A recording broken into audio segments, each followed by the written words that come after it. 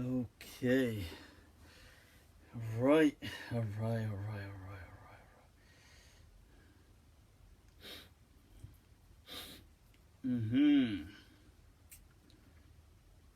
Actually, just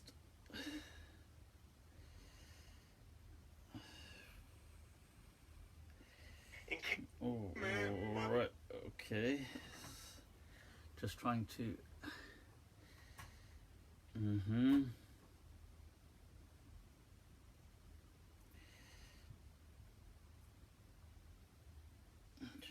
Okay, just right.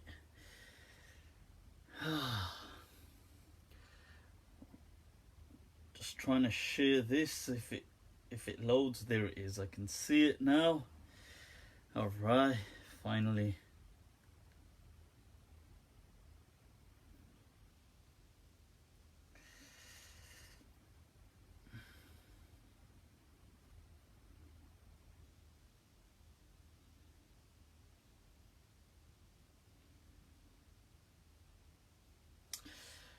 Alright.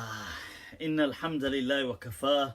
والصلاة والسلام على رسوله المصطفى وعلى عباده الذين ارتضى ومن بهداهم اهتدى وبآثار أهل المدينة اقتفى وبعد فسلام الله على القوم أهلا وسهلا بكم ومرحبا Juan Light bienvenidos a todos Bakher Ragle and Swagatam people Swagatam. Right, Hisan is asking, can you see me? What games are you playing? Ibrahim from Coventry, Avra, Ifzal in the house, Ahlan wa sahlan bikum. Wa marhaban. What's going on, people? What's going on? I take it you can all hear me. I did plug this in after going live, the detached microphone, so I hope it's okay. Usually I plug it in before, so I'm not sure. Is Pakistan an Islamic country? Yes or no? Allah, is it yes or no? Yes, no.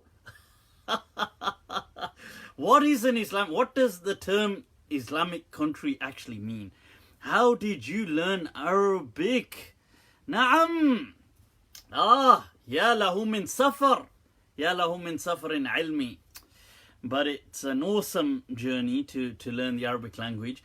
If you can see me, I'll put some clothes on. In that case, we'll pretend we can't. Well, right. So, do you have a Patreon account? No, that's actually something I'm considering. I'm considering to set up. All right, people.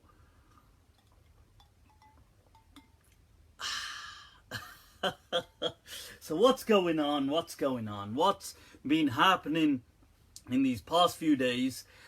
As always, there's some.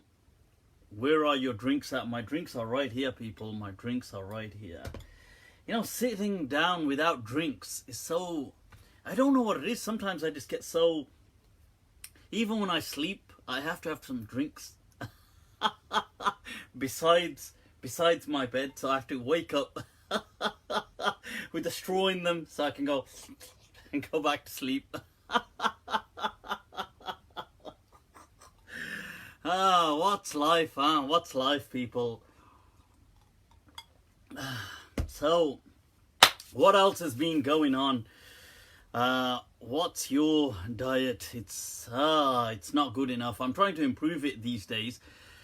I wonder who your partitions are gonna be. What does that mean? Your partitions? No idea. No lo sé, mi hermano, no lo sé. Know any good Arabic grammar books? There's so many Arabic grammar books. How did I learn Arabic? I initially learned Arabic through... how did I learn Arabic? I initially learned through just books. I studied Dr. Surti's Quranic Arabic, which I do recommend to people. It's an amazing... I found it an amazing book, and I probably finished that maybe when I was about 17, actually. So, many a lifetime away, a lifetime ago. That's what it was. And I pretty much just studied that on my own, and I did have some interim lessons with people, and then I signed up at a local college and did some evening classes, and then wherever I could pretty much go for certain courses I did that, but that was all probably within the course of a year. And then I set off on the road to Damascus, ila Dimashq. So that must have been in maybe late 1997. Whoa. Maybe, yeah, late 97, approaching 98, yeah, that kind of time. And so I set off on the road to Damascus, and then I spent a while there. But even in Damascus, even though I did study in institutes including Damascus University and Ma'had al-Fath, Ma'had al-Fath, we only just, why am I saying Ma'had al-Fath? Ma'had al-Fath, although I did visit and try to, but they were too strict with their, they wanted like 8-year programs. And Ma'had al-Amaniya I went to, which was in Mazzeh back in that day and age. I mean, I don't know what Damascus is like right now, unfortunately. But in all honesty, and then probably was there for about maybe 1 to 2 years, and then traveled to Pakistan. But most of my Arabic learning, when I got to Damascus, I already knew the basics of Arabic. I already knew how to navigate. It was just I wasn't familiar with the conversational style. So I wasn't, it's like when people would say something, I would think, oh, that makes sense. So that's how you say it. It wasn't that I was a stranger to the grammar or it's just how you put it together. I wasn't so familiar. I could try and think of it on the spot, but I wasn't sure, is that how people use it? So the usage came to me through conversation, and I just really talked my way through learning Arabic then. I talked and talked and talked so much. Right, so I really, I would spend these vampire sessions when I was there. When I was there, within probably for the first few months, I was at Mahad al-Amaniya. I did a summer course there, and then I left that and started doing, after the summer course was about a 3-month course, and then we finished that, and then I signed up at Damascus University for their kind of Arabic course, and I was just 18 at the time, so anyway, I mean, that was all beneficial. I think it was amazing. I did private lessons, private fiqh, private this, that. But a lot of my practice came that there was these guys we got to know, good people. I wonder what really has become of them or where they are now. There were some North African kind of brothers at the time, one from Tunis and one from Algeria, and they were going through certain difficulties of their own, and they kind of neighboured us, as in they lived close to us. We would go to the same masjid and things. So we got on with them well. They were going through some financial difficulties, and we said to them, there were 2-3 of us at the time, and we had this whole kind of house to ourselves. So we said to them, look, if you guys are struggling, why don't you guys move in with us? And they kind of needed that opportunity, I guess.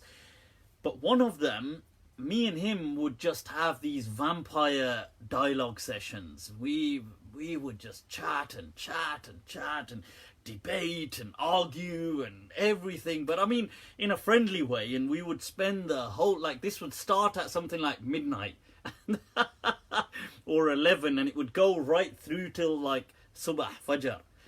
And so that's really where I must have that took my Arabic from here to up there, because we would only speak Fusha, clear Arabic, and so that was it really boosted my Arabic for months on end. That's how I used to just speak, debate. And you know, when you're debating, you have to get your point across. So you're like, la kalla, la. And so you're trying to prove your point, and so you're very eager to express yourself, and so that really helped me a lot back then. So that was my beginning. After that, I pretty much really knew Arabic. I think and then I suppose like any language, you always go on to improve your expression. But I think language is like you reach a certain plateau, a certain level, after which you've got it. It doesn't, after that, you never really forget it. Maybe at times you might not speak it so much, and then you might just go into a place and so now, because I don't speak Arabic that much, although I read a lot in Arabic, but I'm just saying, so when I travel, let's say I travel to an Arab country, within like one day, by the second day, it will be totally full fluent again, and I'll just be speaking, and even sometimes answering the wrong person in Arabic, and then you'll probably be dreaming in Arabic, but that's how languages work, you see. So, but in this day and age, there's so much. There's social media, there's apps, for my Spanish, I use several apps now, and I try to watch things in Spanish, and I try to pick up on that. But yeah, so well, those of you learning Arabic, I hope that's of some inspiration. You can go out there, and if all else fails, just get yourself an Arab wife. Not. I'm not promoting, nothing wrong with that, but I'm just saying, if all else fails, that will always succeed. So I just need to take that advice on Spanish, I guess. So I'll have to take some uncharted adventures in Latin America, and then come back either dead by the cartel or having an awesome, incredible experience. So, right. So, women traveling without mahram. Allah, answer this one. Answer this one, please. This one. No, this one. This one. Women can travel without a mahram. Watch my video on it. I've gone through the whole detailed analysis of all the hadith. This is entirely a misunderstanding, people. Of course women can travel. The whole thing was to do with safety in the past. Sherry is saying, oh, I thought that was I do not want an Arab wife, I want an Arab husband. Allah. Maybe if there's some Arab people on here, Arab guys, right? Hola us. That's it. Say us, marhaban, marhaban, marhaban, and we can just maybe just do a bit of matchmaking right here. So your thoughts on the peace conference. All right, this is interesting. What memory techniques do you use? Okay, I suppose I'll answer that because it's still linked to what we're speaking about. Right, so memory techniques, I think before I used to use a lot of these kind of things. I don't know, maybe it's old age now. You know, speaking about this on a tangential note, I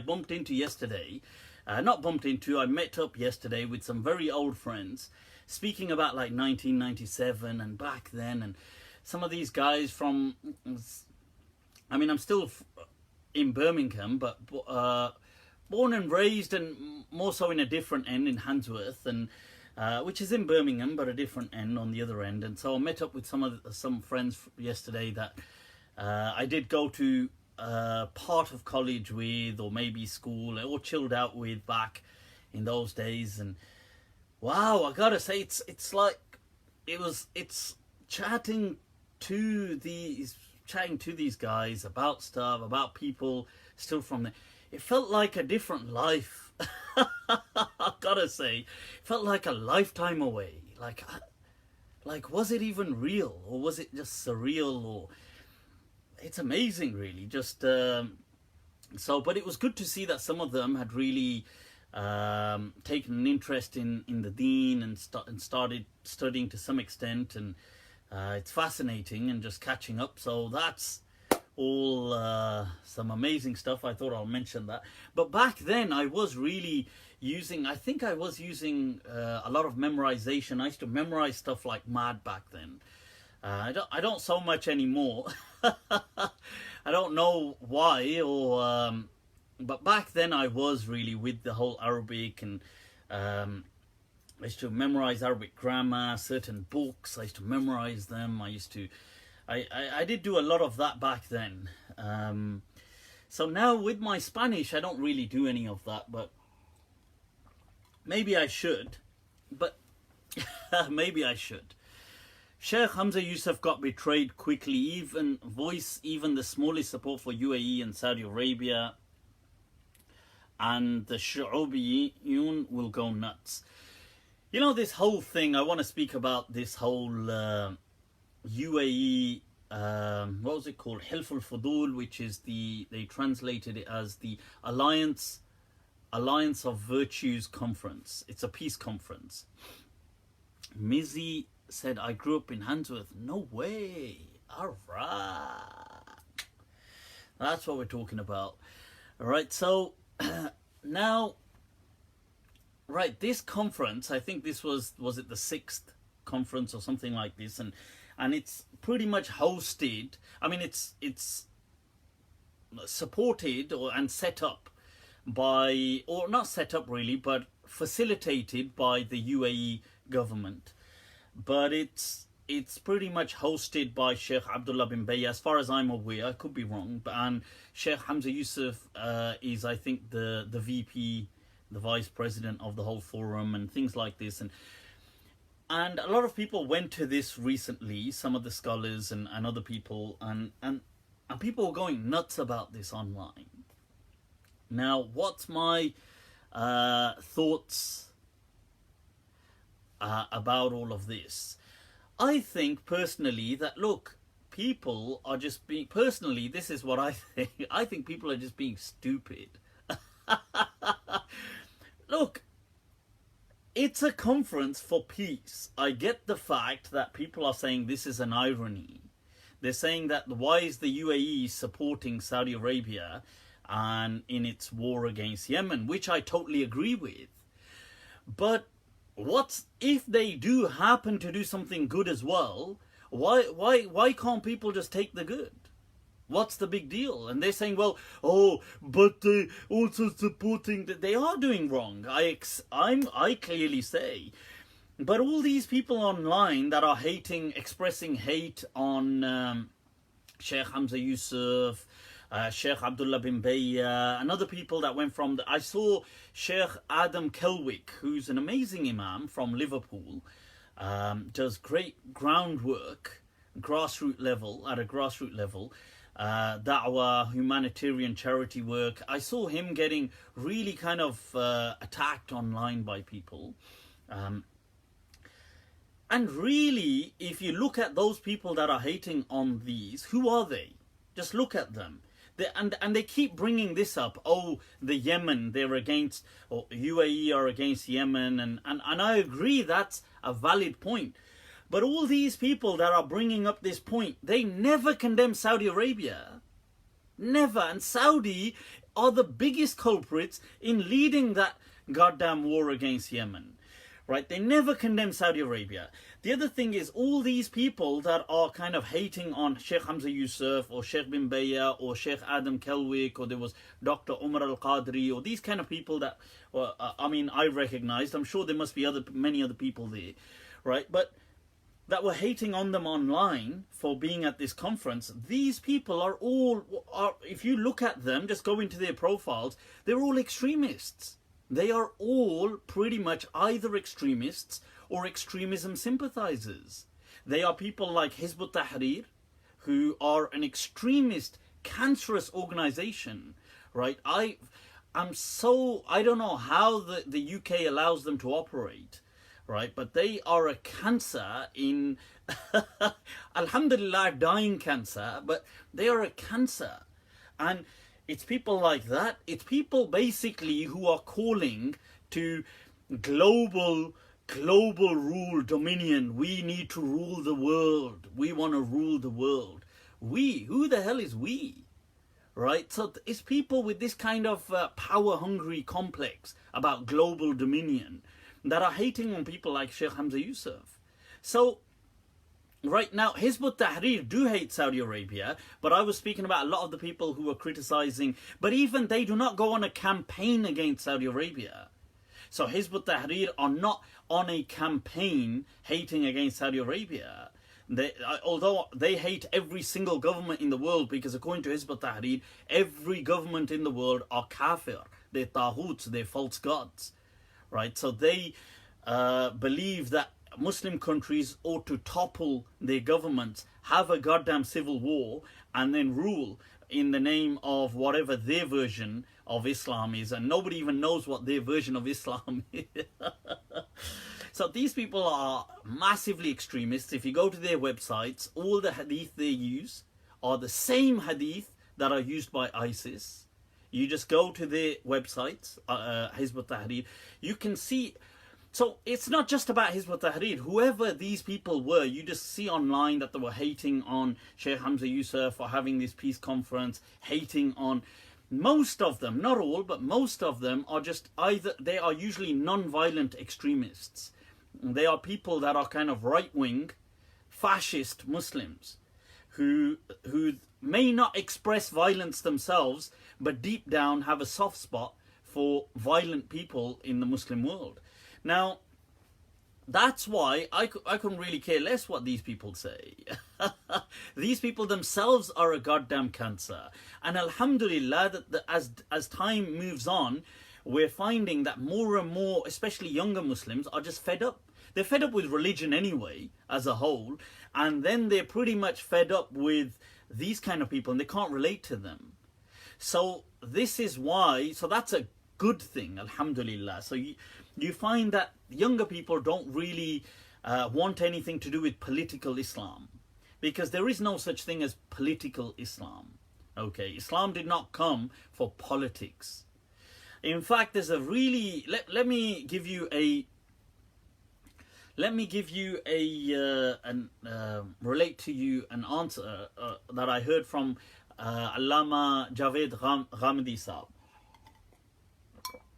I thought this was, I saw a clip of his on recently on YouTube, where he's asked a question, and somebody said to him, well, if a prophet, let's say the prophet was to come hypothetically in the 21st century, like now, what do you think the difference would be?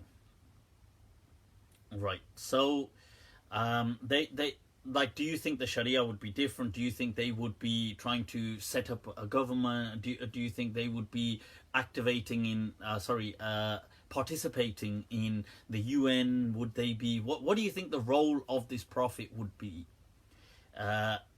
If, let's say, as a hypothetical question, if the prophet was to come in our day and age as opposed to 1400 years ago. Now, he gave an amazing response. He said that, you see, all you have to do, he said this is hypothetical, of course, but all you have to do is look at the history of prophets. He said, look at the Quran, look at the Sirah, but look at the prophets before us. Look at the Bible. He said, look at the Old Testament. He said, prophets have come, so many, countless. They never came to set up governments. They never came to rule. There may have been an exception between one or two of them that ended up ruling, like Dawood, David, and Solomon. But they generally, by and large, prophets never came to rule. Look at Moses, Jesus, Abraham, Noah. These prophets never came to set up a politics. They never came to participate on, right, let's clear up the international relations. They never came for that. Ever. They always came to just remind people that, look, this world is not the end of it all. that after death there is continuity. That ultimately, although we cannot see it, and although we cannot physically perceive, but there is a creator to this cosmos. That's the message they simply came with. Everything else was secondary or tertiary. And I thought that that was an amazing response. And it's true, because if you're going to say even the laws that the prophets brought, they all brought different laws which contradict each other. Like, so here alcohol is allowed, here it's not allowed, here this is allowed, here that ain't allowed, here this meat is haram, here that meat is halal, here this is... These kind of things were never the reason why prophets were sent. Because in all honesty, man, it would be capable of making law. Man is not incapable of making law. Humans, just look at these societies. We have arguably today, one of the arguments against religion today is, what does religion have to offer for me? Because Muslims have fallen victim to this propaganda of political Muslim fascists, extremists, with this whole, it's all about the laws, it's all about the laws. That today they look stupid when they say to people, oh, when people ask them, what's Islam got for me? What do they say? Laws? Are you having a laugh? What kind of laws? What laws do you think? Do you seriously, what the fiqh books, like these fiqh books, I could open these fiqh books and read these laws to you. You yourself will be shocked to death about some of the laws that the scholars have made up along the way, day and age. You wouldn't, you see, is that not part of the Sharia? Is fiqh not part of the Sharia? Is the Sharia not fiqh? What else is, people don't, you know what's amazing is people say Sharia, Sharia, Sharia. Ask them, what is Sharia? Nobody seems to know. Nobody knows what Sharia is. Ask them, what is Sharia? Like, tell me detailed. Like, don't just say, oh, it's the Quran, because the Sharia is not the Quran. The Quran is the Quran. Right? So, what is the Sharia? When you say Sharia, we want Sharia, we want Sharia. What is Sharia? It's fiqh. That's what it is. Right? So, it's fiqh. It's the books of jurisprudence, of law. Have you ever read these books of law? You'll be so surprised that over 98 to 99% of, at least I would say like at 98% of them, if not more, are just man-made stuff. They're just like one scholar saying, look, I think this sounds right to me, let's go with this, I think this sounds right. Let me, you know what? There was a scholar who shared something. Let me read it out to you. Since I'm on this topic, right, just to give you an example of how these things... There's a scholar by the name of Sheikh Kashif Khan, and he was sharing an example from Shafi'i fiqh. This is Shafi'i fiqh. Check this out. And by the way, HT love this fatwa. Or at least this scholar Taqiyuddin Nabhani did in his books. Nevertheless, but forget them. Right. Here's a question. This is in a fiqh book, okay? A Sharia book. Because Sharia is fiqh, which means basically fiqh means anything beginning with purification. So wudu, the 5 pillars of Islam, then all the transactions, mu'amalat of marriage, divorce, dietary laws, penal justice code, punishments, renting, buying, selling. So pretty much all of these books that you can see, you can't really see many of them here, but all of these books are all Sharia books, are all fiqh. So I could pick them up, go to the section on buying, selling, renting, doing all of this, right? So inheritance, criminal justice code, things like this. So they have all of these in there. So here from the Shafi'i madhab, Sheikh Kashif Khan had shared from Australia. He had shared something on, this is from the Hashia of Bujayrmi upon Khatib. And also Allama al-Qalyubi, a Shafi'i as well. Great major scholars from several hundreds of years ago. You've got, right, okay, Bujayrmi from about 200 years ago, the other one from almost 400 years ago. So what can you, now check this out. This is from Sharia, yeah? So what can you see of a woman? Now check this out. وشمل النظر ما لو كان من وراء جدار أو مهلهل النسج. So he's saying, okay, you can't see a woman, even if you're going to try to, you could make her out from behind some curtain or something like this. You shouldn't be. وخرج به. Look, what is exempt, what you can see pictures of women on. Look, check this out. به وخرج به رؤية الصورة في نحو المرأة. So if it's a mirror image, you can see it, right, of a woman. ومنه الماء, and if it's a reflection from water, you can look at her. فلا يحرم ولو مع شهوة. So this is not haram to see, even if she's naked and even if it's with desire. This is from the fatwa book of the Sharia book of Sheikh Allama al-Bujayrmi in his commentary. Right now, the Hashia, right, also Sheikh al-Qalyubi as well before him said a similar thing. وَخَرَجَ بِهِ رُؤْيَةُ الصُّورَةِ فِي الْمَاءِ أو في المرأة. And what is exempt is looking at women that can be naked, whether it's in a picture of them, so somebody's drawn a picture of them, and this is from 400 years ago, by the way, or from in a mirror. فلا يحرم ولو مع الشهوة. Okay, this is an example to show you Sharia. What is Sharia? Like, right now, I know by me quoting that fatwa, all of a sudden the Shafi'i madhab, overnight the subscription is going to go skyrocket. Right, so so all of us on this fatwa, we're going to all be following the Shafi'i madhab now.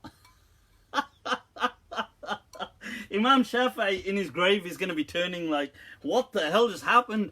How come I got like a spike in followers overnight?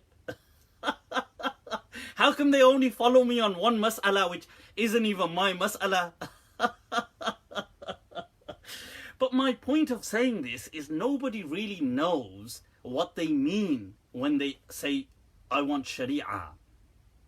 So it's always good to ask people, because you'll confuse the hell out of them. You know, when people say these things, like somebody had asked, is Pakistan an Islamic country? What does that mean? So they will say, a country that rules by Islam. So you say, well, what does that mean? Can you explain to me? And then I can answer. So they will say, yes, a country that rules according to the Sharia. Say, oh, so what is the Sharia? So they will say, well,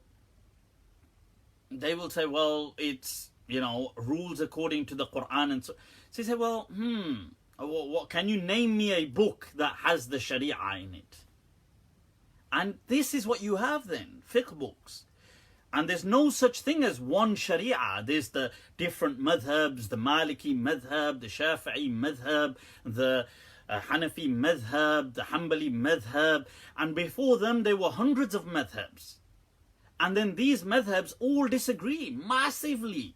Massively disagree, from one person saying all this is halal to another. Look, like I just quoted there.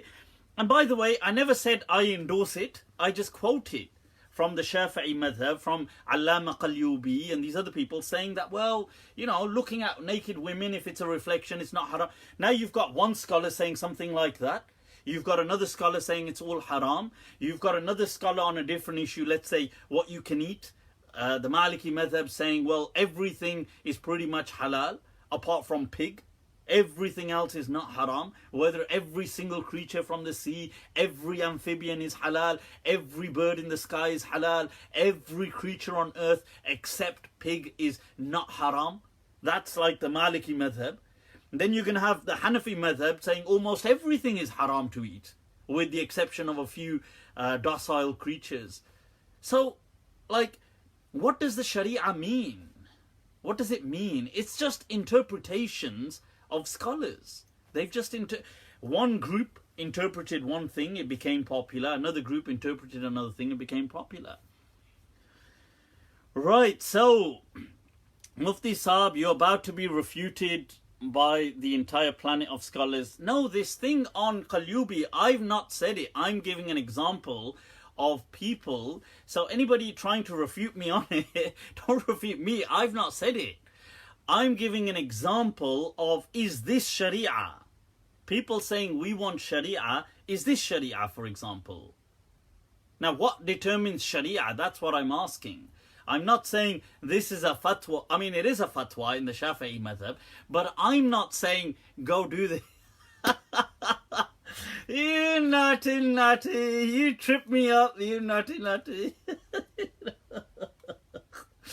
So as you can see, this business of religion is an old business in which people have ruined everything. Religion really just came for that connection between man and God. That's it. This was all secondary, tertiary, quaternary. I mean, this stuff had nothing really in essence to do with the deen as in a sacred level. All prophets that came before had different shari'ahs. They had different kind of rulings, different things, haram, halal. It was never the important thing. They were simply social remedies for people. Right, so what else is going on? Don't forget Simran. Why is Simran? Simran is aka Abu Ibrahim the Exorcist. Why, has he made a new video, has he? What did I just miss? Well, have you ever done an IQ test? I did an IQ test so many years ago. I must have been a teenager at the time. I just remember it was high. I can't remember what it was. Obviously, above average. Average to chalta hi nahi hai, boss. We can't be average. We've got to be above average. How can we take a balanced approach to the verse where Allah says, I have perfected for you your religion? No, Allah, you see, it says, اليوم أكملت لكم دينكم وأتممت عليكم نعمتي ورضيت لكم الإسلام دينا. It's a verse of the Quran that today we have completed this deen. This deen is complete in that sense with its fundamentals. That is always been the case. As to will human beings have new rulings? Well, of course, because they'll have new issues. So somebody could say, what is the issue of buying and selling online? Well, you couldn't ask somebody from the seller 1400 years ago about, I'm buying online. Obviously, they had no idea what that would have meant.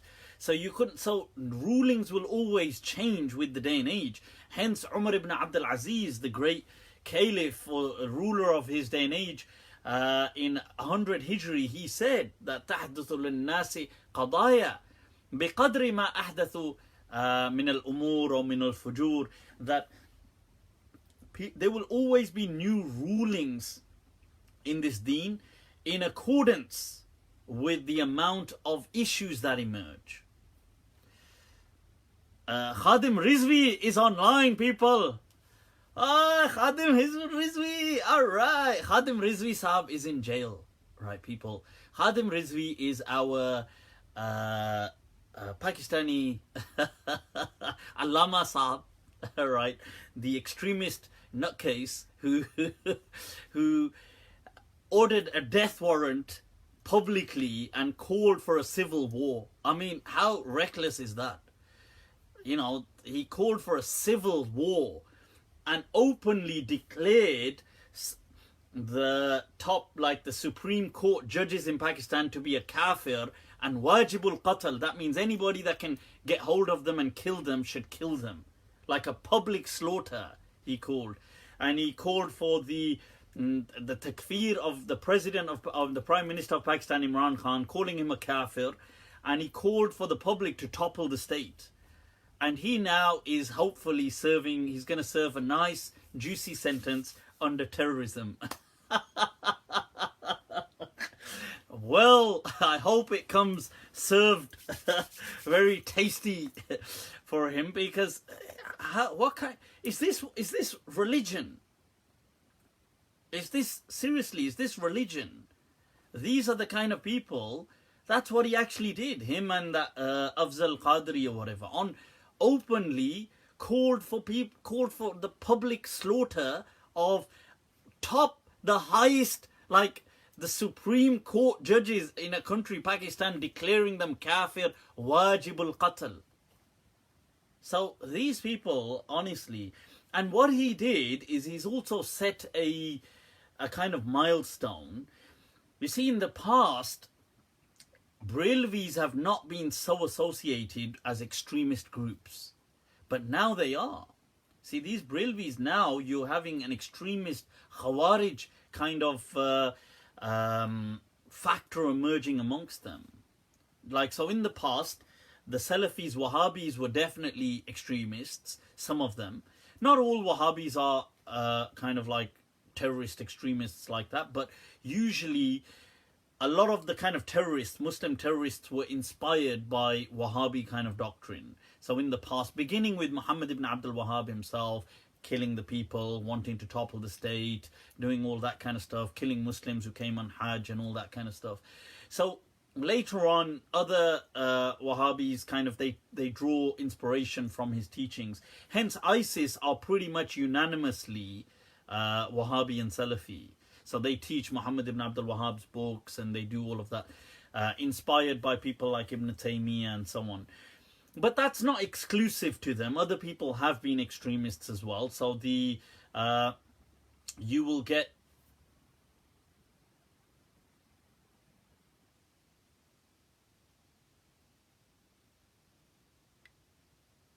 right. Okay. So right now, just had to block someone there. Good old block button.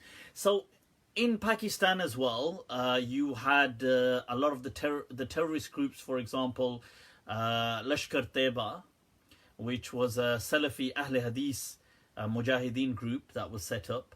And they were then banned and proscribed by the government in recent years. They had their bank accounts seized and everything. They were an Ahl Hadith movement.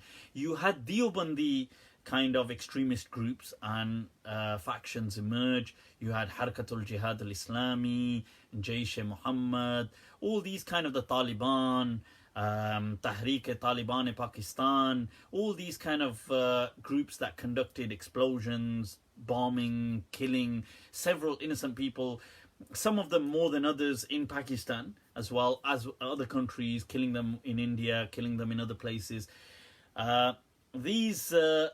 But you seldom had a Brelvi kind of Lashkar Jangvi. Lashkar Jangvi was more about killing Shia, and the Shia had an extremist one as well called what was this? It was called Sipah Muhammad, but they had a branch that I forgot what their branch was called, which was the kind of militant branch that went and killed people.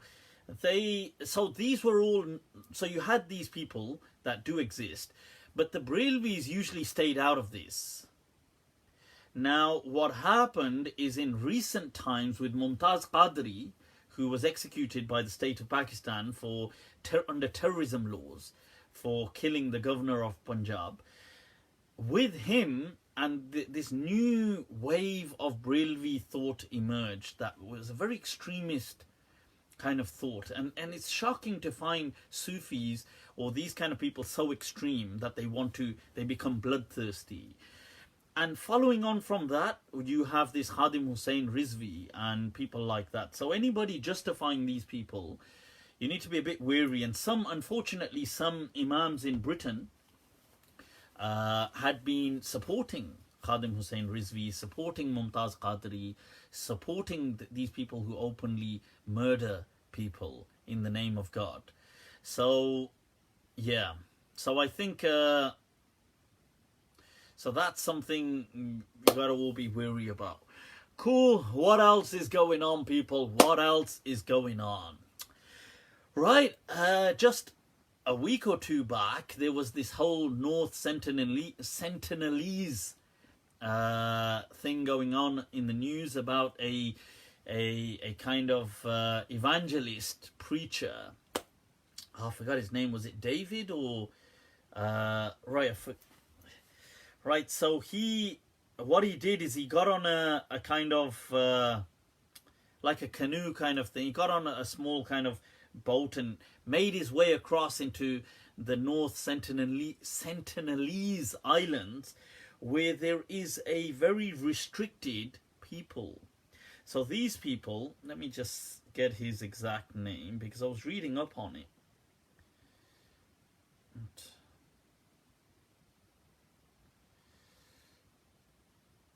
Right, so that's it, John Chau on the North Sentinel Island. So these people, for those of you who are unaware, it's a remote island, very far off, that falls into the Indian Ocean. It does come under the jurisdiction of India, but these are a remote people that have been isolated from the global community. This Christian da'i, John Chau, tried to go there to spread the word of Christ. Allah! Christ is coming, Jesus Christ. And he's gonna... Right, so he got there and they killed him. These people have been isolated from the global community for approximately 30 to maybe 40,000 years. They live there. Now they are just a very brief community, probably spanning maybe under 1,000 people now, that's all. But at one time they were much more, many more in number. Right, so looks like Christ couldn't help poor John. Yep. Looks like the Sentinelese got to him before Jesus Christ could save him. Now, this guy went there, young person, to, yes, I want to spread the word of Christ. But they are a very, they have a, put it like this, they have a very strong immigration policy. Stronger than Brexit. Right, so they do not want any immigrants. And they have a language and a culture that is unique to them. They do not allow people onto their island. The Indian government in the past few decades did attempt to make some communication. They sent somebody over and then that person just got killed as well. And whoever tries to go there, they shoot arrows at them and they just kind of shoot spears and kill them. So then the Indian government has just left them alone. Their immigration policy is much tougher than Trump's.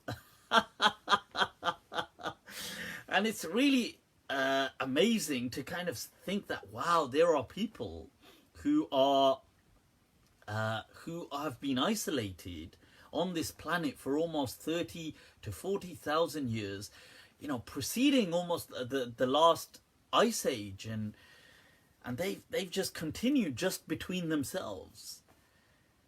That's like, whoa, seriously, but you have to remember something. These people are from that age that their immune system wouldn't be able to really cope with modern human civilization. So you see that trying to modernize them wouldn't really work, because there are some neighboring islands that they have had some contact with in the past. Right now, in those islands, you'll see that some of those islands did try to get modernized. Okay, now what resulted was just as you'll find with Native Americans, just people got exploited, drug addictions, poverty, all of these kind of things. Nothing really good came about it. So you see that the North Sentinel Island, it is part of the kind of, I think it's called the Andanalese kind of island. So there are some other islands not too far away that did get, I don't know what the word is really, modernized, as in they tried to integrate with the modern world. India, they made contact because they fall under the Indian jurisdiction, and they did go to that part or other parts, but nothing good came of it. Now you have to remember that these people in the North Sentinel Islands, their immune system predates all of our bacteria and viruses. you cannot actually go to this island. In fact, I think it was the king of Belgium, or was he I don't know, the prime minister of Belgium or somebody, that tried to visit this island a while back. And I think as he approached, they just threw spears and the usual. So they just turned back. I think he wanted like a royal tour. You can't go there. But you have to remember something. Look, man, as in ancient man, Homo sapiens, once we embarked upon the agricultural age about 9 to 10,000 years ago, living very in close proximity to animals, spread and gave rise to a high volume of disease. Okay, because prior to that, humans lived as hunter-gatherers. They were foragers, they went, they hunted, they ate. They actually had a much less working week than people today. So on average, anthropologists say they probably had anything like a 15 to 16 hour working week. That was all. So they hunted, kept the meat, and then that meat they fed on it for whatever, a few days, hunted again. But the rest of the time they were kind of just chilling. Obviously surviving lion attacks and tiger attacks, and but they just get up and keep moving. There were no societies. Societies did not exist. Okay. So societies and all of these things are part of the agricultural movement, which is only about 10,000 years old, which comes after the Ice Age. Now, hunter-gatherers just moved around. Because they moved around, it meant that it was very difficult for them to catch diseases and things like this. So they were actually quite healthy, and hence you get a lot of people today trying to speak about the paleo diet, which is based on the hunter-gatherer. So because they didn't have any farming, farming wasn't on the scene, it didn't exist, so they actually never used to eat many carbs. So because these things did not really exist in that quantity. So what they ate was, they did have fat, but they did have, from let's say animals, they did have meat, high protein, natural sugars from fruits and stuff like that, but they didn't have high carb kind of meals and things like this. So when humans settle down with animals and things like this and start to domesticate animals, so that they kind of caught from them a lot of diseases, and this resulted in the mass death scale of humanity. And so what you have is, let's say the human immune system, if we're going to base this, let's say immune system is 0 or 1, let's just say it's 1 because it picks up little germs and things like this. Now animals start living close to us, so we get diseases from animals. So now the immune system kind of has to fix itself, get stronger, and rises above. So it gets to 2. Then the diseases, they also catch up. So the diseases want to survive, so they mutate, so they become like, let's say, immune system. So this virus level 2, immune system level 2. And then this keeps going. So it wipes out so many people. People become resilient to the viruses. They then get a stronger immune system. The virus mutates, becomes stronger. So now, let's say we are on immune system 100, let's just say. Right now, because humanity, since the agricultural age, for thousands of years, our forefathers have been kind of developing antibodies and things like this against viruses. So the virus level is also at 100. The virus level is not at 1 anymore because our immune system is at level 100. So now to these people on the these Sentinelese people, or the North Sentinel Islands, they haven't interacted with human beings like that. They haven't interacted with those kind of animals like that. They have an immune system that is still probably at level 1, 2, 3, whatever it is. They aren't used to the modern day viruses. A simple virus would just wipe out the entire island because it would be so powerful compared to their low-level immune systems. So this is why that John Chau, this person who was trying to spread the word of Jesus Christ, what he was also spreading at a nuclear level was mass disease and death. Because the slightest cold and flu and bacteria and viruses that he was carrying, whether it was chicken pox or measles or whatever he's kind of had inside him, it would have wiped out the entire population of that island. So it's a good thing that they they said, "Acha cha cha, aap aaye hain Jesus Christ ko lekar, acha cha cha." Where's our spear? So this is but it's amazing. I am really fascinated that there are still people today that have had that pretty much like their ancestors 30 to 40,000 years ago. Wow. They speak Urdu. Of course they don't speak Urdu. They speak Urdu. Of course they don't speak Urdu. They speak, whatever they speak, some dialect of the, God knows, you can check it out. Even the people of the Andean, those kind of islands, don't actually understand them anymore. Their dialect or their language is that ancient. Right, people, what are some questions? Let's take a look. I'm going to be looking at the facts around Khidr alayhi salam. Who was Khidr? What are the stories around him? I'll look at that shortly. Let's take some of these questions. How about the crazy inbreeding they're doing? I don't know about the crazy inbreeding they're doing. What is the value of urf wal-ada in Islam? Urf wal-ada, Khadim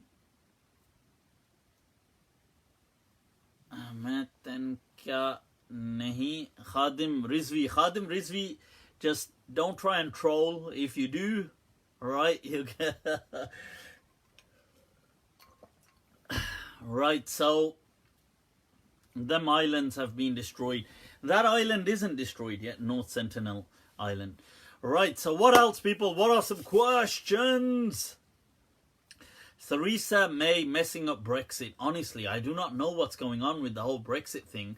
I know recently that there was a huge hoo-ha about the government not disclosing the fact that the courts had ruled. Or was it Parliament that ruled, or the courts? But there was an official legal ruling saying that the public have the right, or the country has the right to retract Article 50 or whatever it was for Brexit. But they didn't disclose that to the public. So I was just watching this yesterday, that there's a huge hoo-ha about this, and Theresa May's just stuck. But anyway, are Shia Muslims? Of course Shia are Muslims. In fact, yesterday when I met up with some of those friends from a few decades ago, one of the brothers who was very young back then, he was a friend of mine. This was his younger brother. He was just a little kid back then, but now obviously grown up. They were Shia, and they are Shia, and he's actually been studying as well, and it was really good having a kind of that intra group dialogue. You see, this whole thing on Shia Sunni, we've got to understand, people, that people are not going to change. Okay, we've got to just realize that. Now, if somebody wants to know something, that's fine. Let's have a dialogue. If they don't, I think just leave them alone. Don't because look, if you were born a Shia, you're going to pretty much stay a Shia. If you're born a Sunni, you're going to pretty much stay a Sunni. If you're born a Muslim, it's the same thing. I mean, overall, what I'm trying to say. Now, yes, if people out of curiosity want a dialogue, we want a discussion, that's fine. You can speak, you can have a dialogue, you can engage topics, you can speak about them rationally, you can get into a whole discussion on them. But avoid promoting hate speech. Because what some of these people do in things like Hyde Park or Speaker's Corner, they just bring books and spread hate against groups. That's what I'm against. I'm not against having dialogue or even debating. If people want to debate a topic in a decent, humane way, where at the end of it you can kind of hug it out and say it's all good, then I think that's all fine. You can debate it. You can ask people, do you seriously believe that? Do you believe this? Do you believe that? And there's nothing wrong in that. I think that the Shia, the Shia are quite. I mean, I think it's interesting that they have a kind of split approach to things, like a split. Almost in some things, you find almost like a polarized effect, where on one hand they're very rational, which is amazing, but on the other hand they can be very irrational and very emotional, highly emotional. So I think, well, you know, if people wanted a dialogue on certain things, that's all good. It can, you know, that's the way forward. I mean, I don't know about it being the way forward, but that's all good. But we shouldn't be just trying to shame, embarrass, create hate. That's what I'm saying. Because what's the end game? What are we going to get out of that? Why does the Basmala not have an alif on the word ism? That is true, the word Bismillah doesn't, and that's the way it's been written, you know, from time on end. I mean, for, you know, since the beginning, Muslims have been writing Bismillah like that. Just as there's certain things like Ar-Rahman, they write there without the alif as well. So they might put an extra, but it's not, they don't write the alif, and hence Bismillah ar-Rahman ar-Rahim, they will say that the whole thing, it adds up to 786. But really, if you put the alif of Rahman in there, which you do pronounce, you see, because the alif for Bismillah, you don't pronounce it. So one could argue that, well, it's not pronounced. So Bismillah. But when you say Ar-Rahman, you don't say Ar-Rahman. You say Rahman. So there's like an alif. There's and that's how it's written. It's on the wazn of Fa'lan. Okay. So Rahman. Okay. You'll get, well, you'll get many kind of things on that pattern. Like it's the pattern of Fa'lan, whether it's going to be things like Jo'an, Atshan, things like that. I mean, I know some grammarians have challenged if this is that. It is the same apparent pattern, but whether it's that same one for description or not. But a lot of people have said, yes, it is as well. So whether it's Atshan, Ghadban, all these kind of things. Now, you will see that Rahman, you pronounce it, but you just don't write it. So if you did go with the actual thing, it ought to be 787 and not 786. Is morality a byproduct of evolution through empathy? Mahfouz, that is a very good question. I do believe it kind of is. I believe that Allah subhanahu wa ta'ala has that morality. It exists as its kind of foundations have emerged through evolution. So you will see that there is a morality, there is an empathy in mammals. Okay, reptiles don't seem to display any empathic kind of behavior. They don't seem to demonstrate any affection even towards their young. Mammals do. So all mammals tend to kind of display empathy. They display a sense of care towards their young. Now, people have argued that caring between mother and child, mother and offspring, that kind of relationship, anthropologists have argued that may have been the foundation for morality later on. Now, this is it's very interesting because as you see this in animals, you see this in dogs, in all kinds of, and dogs are obviously, they display a great level of empathy, and people obviously love dogs, and it is fascinating because dogs are the oldest domesticated creature. So we're talking, perhaps, is it about 14,000 years ago? So before the end of the Ice Age, maybe 14 to 15, if or around those figures, that that many thousand years ago, before the Ice Age had come to an end, that man did domesticate the dog. The dog is an offspring of the wolf. Dogs are wolves. There is no, people who speak about evolution, just take a look at a wolf and take a look at a poodle. Or, like those, I forgot the name of those Peking kind of dogs, or these very small, but take a look at these dogs. They are one asal. They are wolves. There is no, dogs have emerged only through wolves. The way they look different is a result of the way humans have allowed them to breed, and the way humans have controlled the breeding of dogs. It has resulted in all these different kind of these different pedigrees and these different types of dogs that we have today is simply a result of human intervention. The Chihuahua, yes, of course. I mean, all of these are wolves.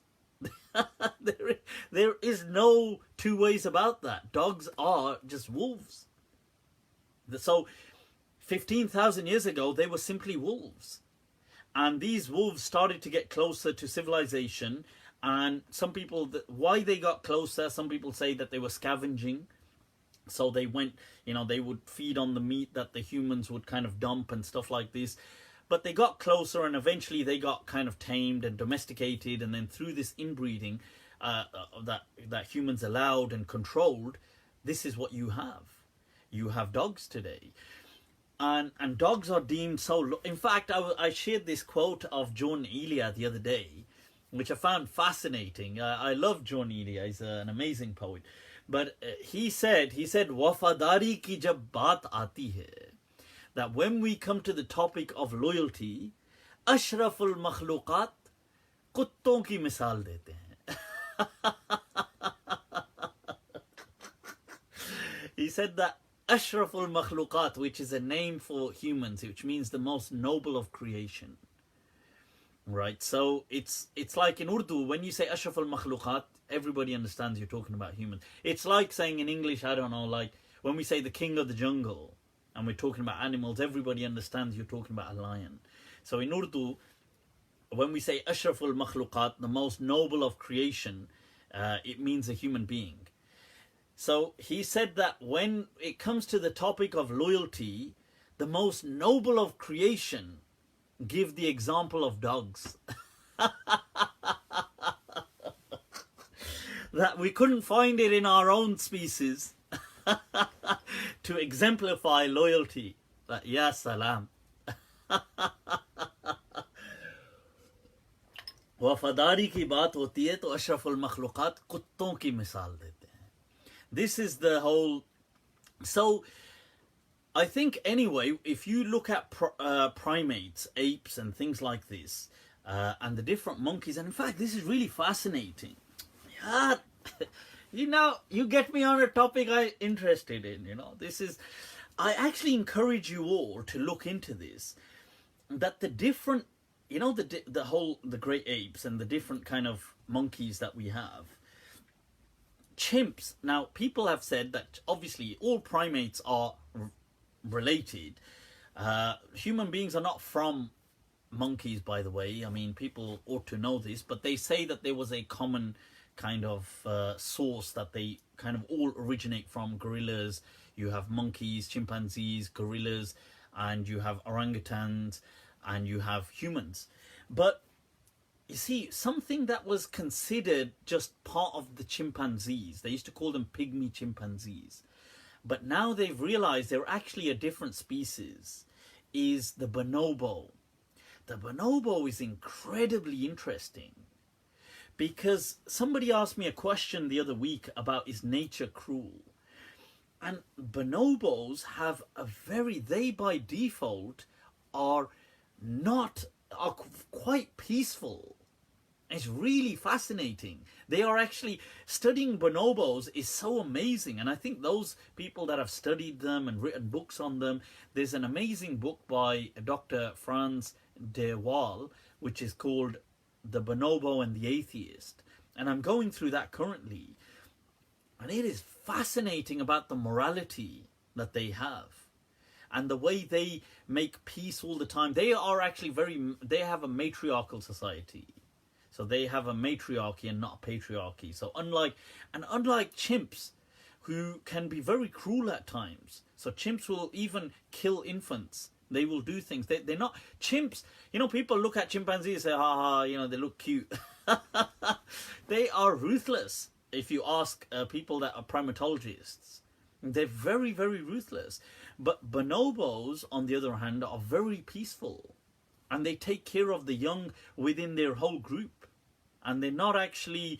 they're not generally violent, and it's just really interesting. And this whole the way they live, like I said, so even though bonobo males are physically greater than female bonobo monkeys, but yet the females seem to rule, which is a strange an interesting phenomenon. But yeah, so they have morality at their scale. Now, human beings, obviously, we have a much more sophisticated morality. But my point of saying this is, I think that Allah has created insan with a kind of instinct, a morality instinct, which is a morality base. It's a very raw base. It's like our language base. And a language instinct, which is very raw. So whichever society you're born in, your language instinct can evolve and mutate to pick up that language. In a similar way, I feel that morality, wherever we are, it kind of evolves to our day and age. So that's my thoughts on morality. I think it's definitely very fascinating. How about the Ashab Kahf dog? What will happen to it in the hereafter? God knows what will happen to it in the hereafter. I mean, people have said that the dog will be in Jannah. People have said things like this, but people, Allahu A'lam. Are you familiar with the masked Arab? No, I'm not actually. I don't know what the masked Arab is. I don't know what that is. Can we as converts continue to read the Bible? Yes, of course you can continue to read the Bible. You can take inspiration. You can read anything. Look, there is a hadith, and even though some people may critique the chain and stuff, but the meaning is correct. That it's a teaching which says, Kalimatul hikmah dalatul mu'min. That the word of wisdom is the lost property of a believer. أَيْنَمَا وَجَدَهَا فَهُوَ أَحَقُّ بِهَا. That wheresoever he or she finds it, they are more deserving of it. So if you find wisdom in reading certain books or certain scriptures, then by all means you can do that. You can take inspiration from there as well.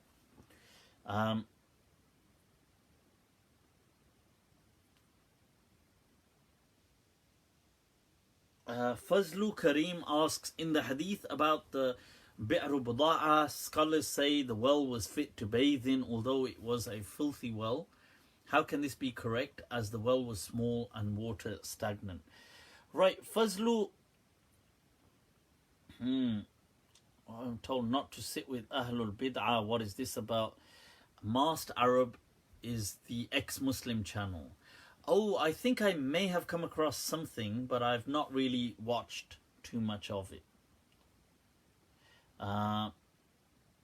Yes, you should check out the Masked Arab. Mufti Hajrul Aswad. Right, do you believe that surpassing the evolution due to cognitive revolution is good for humans? Surpassing the evolution due to cognitive revolution is good for humans. I'm not so sure what that question means. Masked Arab is an ex-Muslim spreading anti-Islamic videos on YouTube. Okay, I'll check out some of them. I mean, you see, I do watch some ex-Muslim videos and things like this. It depends. There's some ex-Muslims, I will watch their things. People like, I'll watch different people's things, but it comes up on YouTube sometimes. I watched a watch kind of snippets. I may not watch the whole thing, but Abdullah Samir is a popular kind of ex-Muslim who does a lot of videos, and I do find him to be quite. I find him to be quite sincere in what he's doing. There are others. Abdullah Gondal does. I've seen some of his things. There is another person. I've forgotten his name now. It's he has. It's called something. Is it called the Prophet or something like? It's called. I've forgotten now. I think it might be the Apostate Prophet or something like this. I don't really that guy's stuff. I've seen a few of them. Vidu vid stuff I find quite respectful, to be fair. That Apostate Prophet person, I've watched a few of his things. I don't watch his things anymore, to be honest with you, because I just found him very like the sole purpose. I don't know if this is his purpose, but what comes across is the sole purpose is to just offend Muslims. Like, I just want to call, like, it's way too venomous. Like, I don't like that vibe. Okay, I don't mind people saying things that may be offensive. I don't mind people saying things that may be offensive. I feel we can, we as Muslims should be able to take it. It's not about, but then there's people who appear to be just full of hatred. Like just soaked in bitter kind of venom. And everything they spew is pure hatred. Like, that kind of vibe, I dislike that vibe utterly. So I remember watching one or two clips by this person, and then I just never again. I thought that, like this, I just don't, even if it wasn't against Islam, even if somebody was doing that against Hinduism or against Christianity, I would not watch it. Because I just, I just don't like that kind of vibe. I don't like people just full of hatred and full of venom. And if somebody is going to say something, and even if it's offensive, but they're not necessarily full of hatred, they're just trying to show something, and maybe they might say something which might take the mick, or they might have a laugh, or they might, that kind of stuff, I'll listen to it. I'll hear what they've got to say. Saad Gad. I watched one clip of that Saad Gad, which was some show of his on the Rogan show, and it was utterly disappointing. It was just a pure anti-Muslim, and the stuff he was saying was just nonsense. So I was just disappointed. I wouldn't really watch him. I'm not really too interested. But like I said, people have been decent. Even if they're going to say things which are offensive, if I come across it, I'll watch it to see what do they have to say. And I'll try to, because remember, what's bothering them is bothering maybe thousands of people. So it's always good to see, and maybe, because I feel as Muslims, we should be secure enough to answer anything. Like, I think if you have a question, you should be able to ask it. And I will try to answer. If I can't answer, I should be able to look into it to be able to answer, because I feel that Islam does have an answer to whatever objection is being presented. So, and I'm confident about that. So I'm not scared or intimidated in listening to people criticizing Islam. I will listen to it. But it's just so long as they're not full of hatred. That's all. So if they are full of hatred, that Mufassil Islam, not really too interested in his, because once again, I watched a clip a while back where him and I don't know who the other guy was, I don't know whether he was an imam or he was a Muslim, some religious person, I think from America. And they had this kind of shouting thing going on. It came up on Facebook, and somebody was sharing it. And so I saw it, and it began like this, like they're having a two-way kind of dialogue. So I don't know whether it was Instagram or Facebook or what. But that person, the American Muslim person, says to him, "Yes, so what's up?" And then something like that. And he says, "Well, Islam is a piece of crap." And that's how the dialogue began. And then that guy says, "Well, I think you're a piece of crap." And then he goes, oh, I never insulted you. Why are you insulting me? And so he says, well, blah, blah, blah, blah, blah, blah, blah. And it goes back and forth. And I was just like, this is just nonsense. I mean, that's seriously not the way to have a dialogue. But in all honesty, I did feel like saying, I mean, not that I would want to speak to him, because I don't want to speak to people who are full of hatred. But I would say that, look, in that case, his whole, this person, Mufassil, in that clip that I saw, he was saying to the other person, why are you offending me when I'm simply insulting a religion? I'm not insulting you. But my argument to that would be that, look, what's wrong? Let me just ask. What is wrong with insulting you? Like, if I'm going to be just simple, like, let's reduce this argument.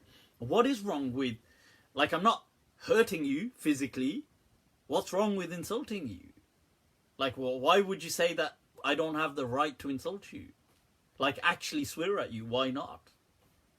So, like, what grounds do you feel that you have a kind of, like, indemnity in being protected from, or nobody can violate your mental space by swearing? Why not? So, and you'd say, well, because really you wouldn't have anything to say. Like, what could anybody possibly say? I can understand them physically harming you, but you would say, well, that's physical, causing physical. Now here you see, whatever argument you would use, they would also use in maintaining the peace about religion. You see, so I think, like, when some atheists or ex-Muslims, they just attack religion in an insulting way, and they feel that it's okay to insult religion, but it's not okay to insult people personally, then where does that, God-given sacrosanct right emerge from? It doesn't emerge from anywhere. Because where would you get, we don't have no absolute categorical right that nobody can insult us, but this is just human courtesy. That we believe that as human beings, we shouldn't insult other people. So I feel that, look, we generally speaking, we should have respect for all religions. Generally speaking, we don't need to believe in them. We don't need to, but just the thought that, well, a lot of people do adhere to it, so let's have respect for it. That said, now you might debate certain topics, and at times I understand that I do feel that people have the right to kind of satirize. They do have the right to kind of make fun of concepts that they don't believe in.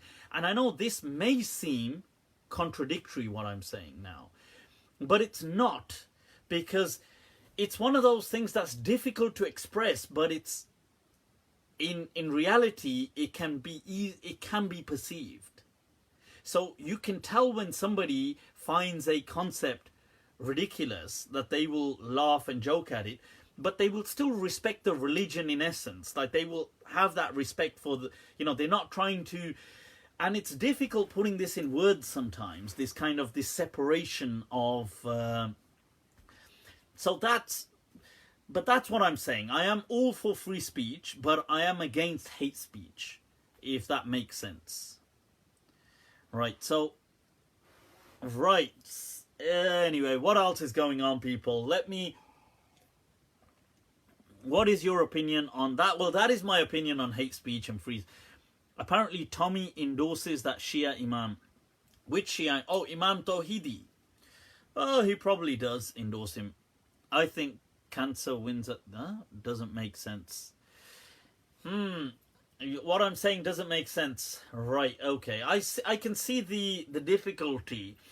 What I'm trying to say is that at a generic level, generically speaking, that there should be respect for what people have, like as in like some kind of harmony in allowing people to exist in the way they are. That said, you can challenge concepts, you can ridicule. That is true. I feel that people do have the right to do that, but it shouldn't just be outright like swearing at. Like I shouldn't just say, look, like if somebody wanted to ridicule Islam, I feel they have the right to ridicule it. If they're not a Muslim, they have the right. I feel that they do have the right to say, well, oh, this doesn't make any sense. Ha ha ha. They can say stuff like that. They can do that. But just to non-stop swear at Islam, to say like, okay, yeah, I'm making a live video now. Islam is so full of crap. Islam is so full of blah, blah, blah, blah, beep, beep, beep, beep, beep, beep. Islam is beep, beep, beep, beep, beep. Islam is... Like, this is wrong. That's what I'm saying. If I can simplify it to that. So we don't need to swear. That's what I'm saying. Don't need to swear at religion. But if you want to satirize or ridicule concepts within it, if you're not a Muslim, you have the right to do that. I feel you do. And I feel that we as Muslims, we should be secure enough to be able to answer any objections. Do I believe in miracles? Human beings are the greatest miracle, honestly. Look at us. I mean, is it just this week, was it, that they've landed the robots on Mars, and they've started to measure the tremors and things like this, and you could hear the sound of the wind and things like this, the movement on Mars. Amazing, man. This is... Human beings have done this. Wow. We, honestly, it's... You know, when you think about it, it's just... They've operated on a grape. They have. So, the fact we haven't wiped ourselves out yet is a miracle. That is a miracle. Freedom of speech should not be the freedom to offend. You see, there's a difference. I feel that freedom of speech does contain the right to offend. I accept that. But I feel that as a society, we recognize what swearing is. And it shouldn't be just swearing. That's what I'm saying. You do have the right to kind of satirize, ridicule concepts that don't make sense to you. But you shouldn't be swearing. That's what I'm saying. Because like this kind of just swearing is stupid, and it's just inflammatory. That's what I'm saying. Right. So when I read a hadith that says a tree attacks someone, how am I supposed to deal with that? There's no such thing as a tree attacking someone, David Pitts. That is definitely a fabricated or a weak hadith. There's no unrestricted free speech anywhere on earth. I accept that, Subhi. That is a valid statement.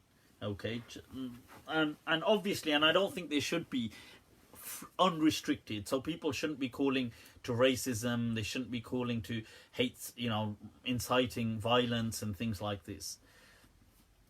And Mufti Suleiman spoke to a bird. The bird told him what? Bunch of things in a language. Is that supernatural? Please watch my clip on Suleiman alayhi salam. Him speaking, first of all, Hudhud, I don't believe Hudhud was a bird. I believe it was a person. Because if you read I actually go through in detail, Allah in the Quran uses the pronouns and uses the plural, which is only used for human beings. So it's not used for animals when he's speaking of Hudhud. So just to kind of... thoughts on the gene editing controversy in China. I need to really read up more on that, or find out more on the gene editing. Generally, when Allah says that Suleiman alayhi salam, allamnahu mantiq at-tayr, this kind of bird whispering and things like this, this is, as many of the mufassirin, like people like Sheikh Allama Abdul Karim al-Athari in his tafsir, Urwatul Wuthqa, and other people say, this is the same as people who, it's a skilled art that some humans possess in being able to communicate at a low level with animals, like horse whispering, like the way they train horses, or the way people communicate with dogs, or the way people communicate with certain birds. So Suleiman alayhi salam was given that as a gift, to be able to kind of whisper, that bird whispering. That's what it didn't mean that he had conversations. So when people do horse whispering or this, they don't like, so how was your day, and have a full-on conversation. So what do you think about Brexit? That's not what it means. It means that they can communicate at a low level and they understand and they have a connection. That's what it means. Some would say an angel speaking to a man is not logical and beyond reason. That's absolutely true. But what does that mean? An angel and a man, and is this the kind of divine inspiration? Are these terms used in a way for human beings to understand things, that to relate to things that they couldn't normally relate to? That's what I would say. Does it mean, you see, a lot of the imagery that comes later on, and people use it for simple folk to kind of understand and make sense of. So the ant as well, I mentioned that the ant and Suleiman alayhi salam, that there's two responses to that. The main understanding, as I mentioned in the tafsir, I go through this in much detail, please watch my clip. The main thing is he was shown this as a vision, that the ants are even seeking, like, look how their empathy, that because the ants are actually an incredible creature. They're the only creatures to have domesticated species before human beings did. And domesticated plants as well. Domesticated plants, and they domesticated bugs before human beings domesticated other creatures and domesticated agriculture. So they kind of beat us to it. So that's a fascinating thing in itself. But he's shown that, look, if ants at this level are showing this structure and care, because ants, they work as a solid unit, then he has a greater sense of responsibility over his kingdom. That's what was the moral of the vision that he was shown of the ants. Are Sahaba sinless? No, Sahaba are not sinless. Nobody claims, or they shouldn't be claiming, that the Sahaba were infallible. Do Ash'aris believe anything bad about Ali radiallahu anh in Hadith should be rejected? I'm not sure what that means. What is a Nasibi? Nasibi is a term that was used about people against the initial Shia, or that people that were allegedly hated on Sayyidina Ali radiallahu anh. I think in the past, it may be in the time of Muawiyah and Ali, and when they were fighting, and other people, it may have had some kind of reality. I think later on it's just a slur that is used for people who weren't so pro the Ahlul Bayt, that kind of thing. But I think it's a very politically sectarianized, sectarian-laden label. So it's a label with a lot of sectarian energy that is then projected onto people. Right, okay, can we curse Yazid? Look, some scholars said you could curse Yazid. People like Imam Ahmad ibn Hanbal said that, and other scholars said no, you shouldn't do things like this. Imam Abu Hanifa and other people did not used to curse. Imam Malik didn't curse Yazid and things like this. I would say, look, there's nothing good out of cursing. It's not about... personally, if people can do whatever the hell they want. But I wouldn't bring up a generation on people, a generation of people on hatred. This deen is not one built upon hatred. It ought to be built upon compassion, right? So I'm not really down with this whole thing of trying to teach people to curse characters, even if they were bad characters, even if they were. I mean, first of all, nobody ever is 100% bad and nobody ever is 100% good in that sense. So, I mean, but we may think that somebody was messed up, and we may have a very bad opinion of them. Fair enough. I think we're entitled to hold our opinions. But I don't think you should really bring people up and cultivate them, and I mean, kind of inculcate them with these, with this venom and hatred of saying you should curse, you should curse. What kind of a religion is this? And really, that is one of the shortcomings, really, I think, of the Shia especially. In my opinion, I think this is something that some Shia, alhamdulillah, I think have picked up on. But that this emotional side of these has given a really bad image to their whole existence to the Shia thing, like this beating yourself, cutting yourself, whipping yourself, cursing. It becomes a very dark and a very bad image that people have then. So yeah.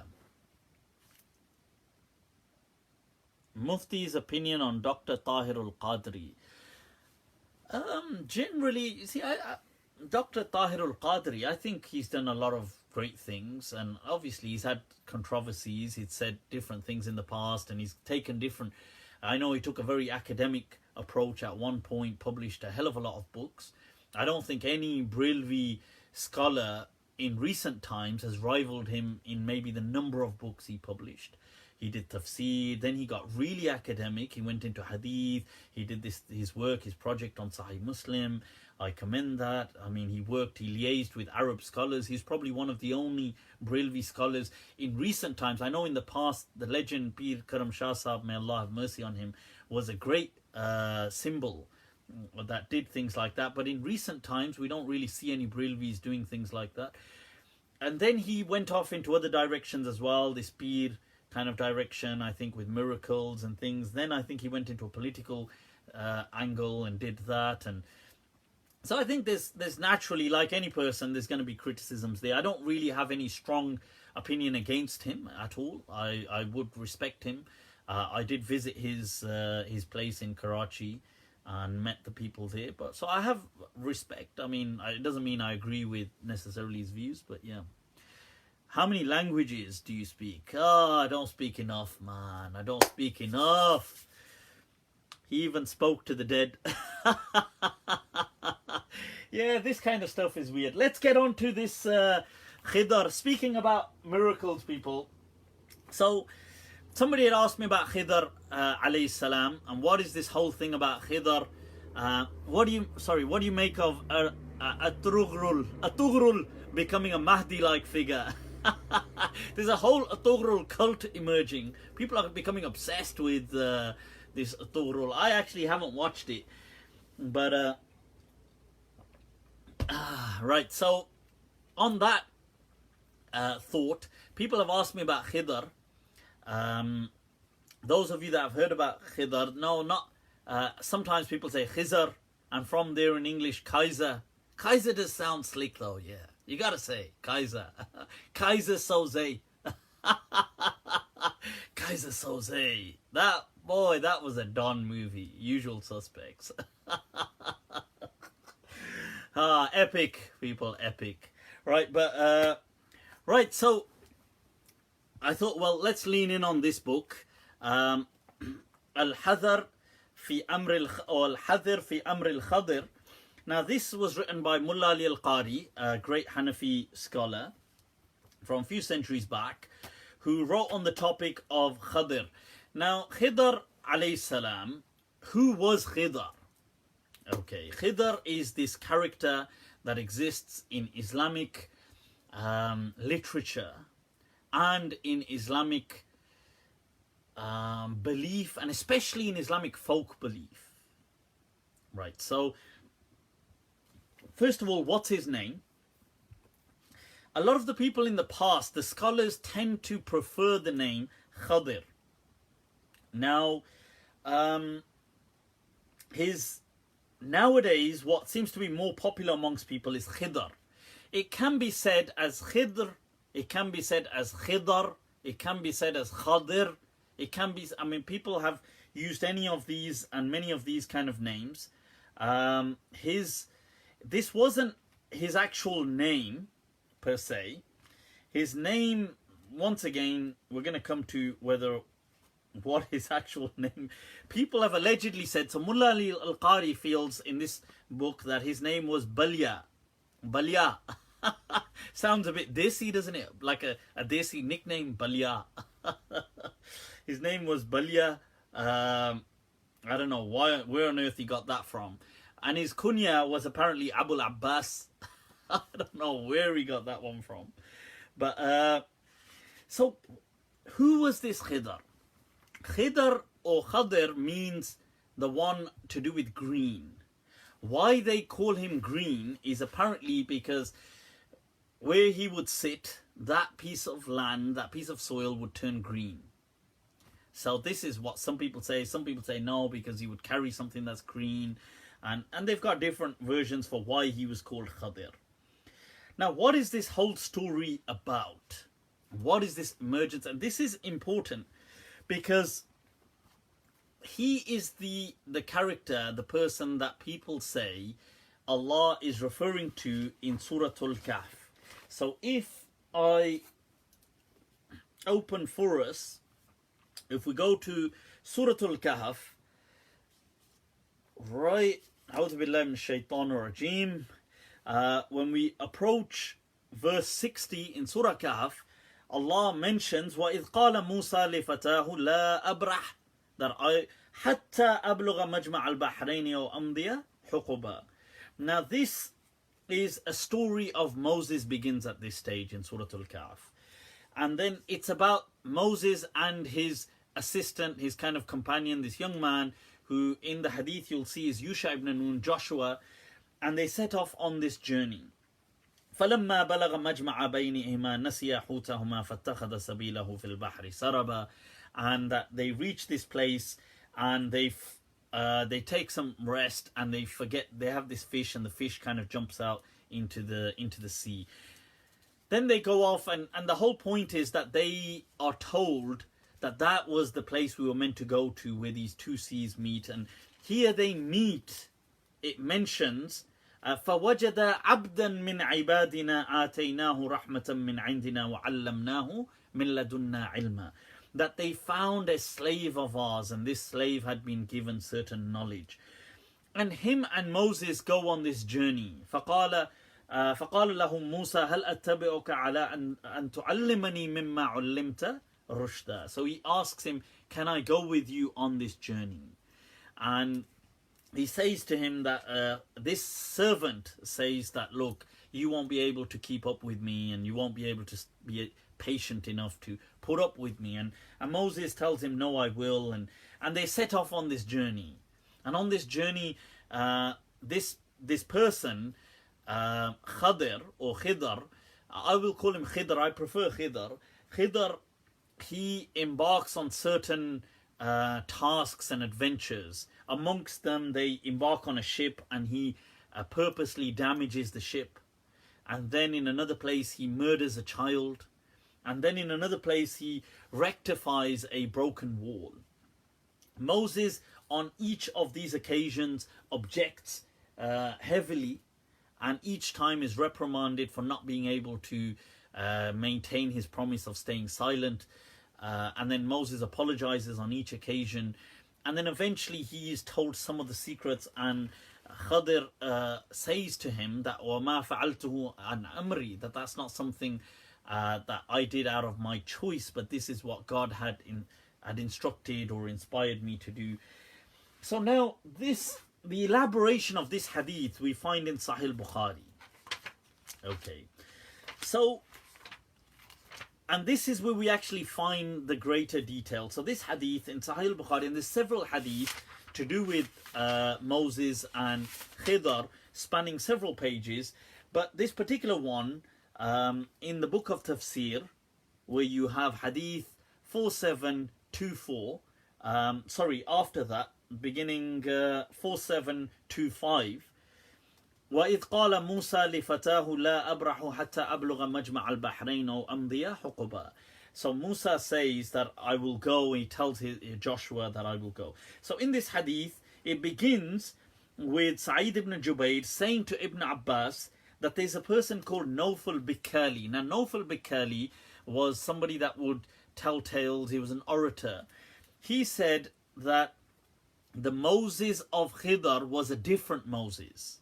So he was saying this in their day and age. So Sa'id ibn Jubayr tells this to Ibn Abbas. Ibn Abbas objects and says, كَذَبَ عَدُوَ اللَّهِ, that he's lying. I heard Ubay ibn Ka'ab tell me that the Prophet said, إِنَّ مُوسَى قَامَ خَطِيبًا فِي بَنِي إِسْرَائِيلَ فَسُئِلَ أَيُّ النَّاسِ أَعْلَمُ. So Musa one day stood and he preached, and he said to people that somebody asked him, Bani Israel, the Israelites, who is the most knowledgeable of people? So he said, I am, because he was a prophet of God. So at this stage, that he is told by God that actually there's other people more knowledgeable than you. Why don't you set off on this journey? And he goes on this journey, and فَأَوْحَى اللَّهُ إِلَيْهِ إِنَّ لِي عَبْدًا. So Allah tells him, I have a servant who is بِمَجْمَعَ الْبَحْرَيْن, at a particular location where the two seas unite. He is more knowledgeable than you. So he sets about on this journey. He's told to take a fish with him and carry it. So they go on, they set off. وَانْطَلَقَ مَعَهُ بِفَتَاهُ. So he's Yusha ibn Nun. So Joshua, it mentions in Sahih Bukhari, his companion's name is Joshua. حَتَّى إِذَا أَتَيَ الصَّخْرَ, until they reach this big boulder, this big rock. وَضَعَ رَؤُوسَهُمَا, they place their heads down, they lay their heads, فَنَامَا, and they go to sleep. Now this is a really interesting point.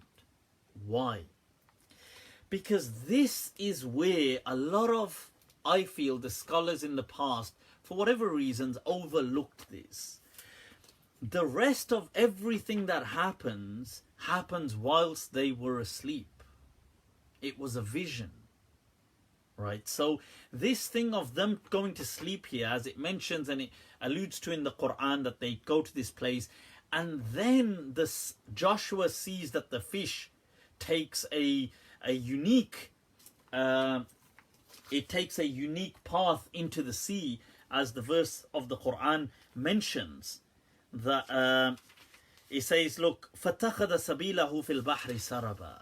And then Moses says to him as they set off, then they get up and they walk off, and then later Moses says to him, I'm hungry, where's that fish? And he says, oh, but the fish, it jumped into the sea, but it went in such a strange way. It kind of emerged, and the reason it was doing this is all this was a vision. They never emerged from that sleep.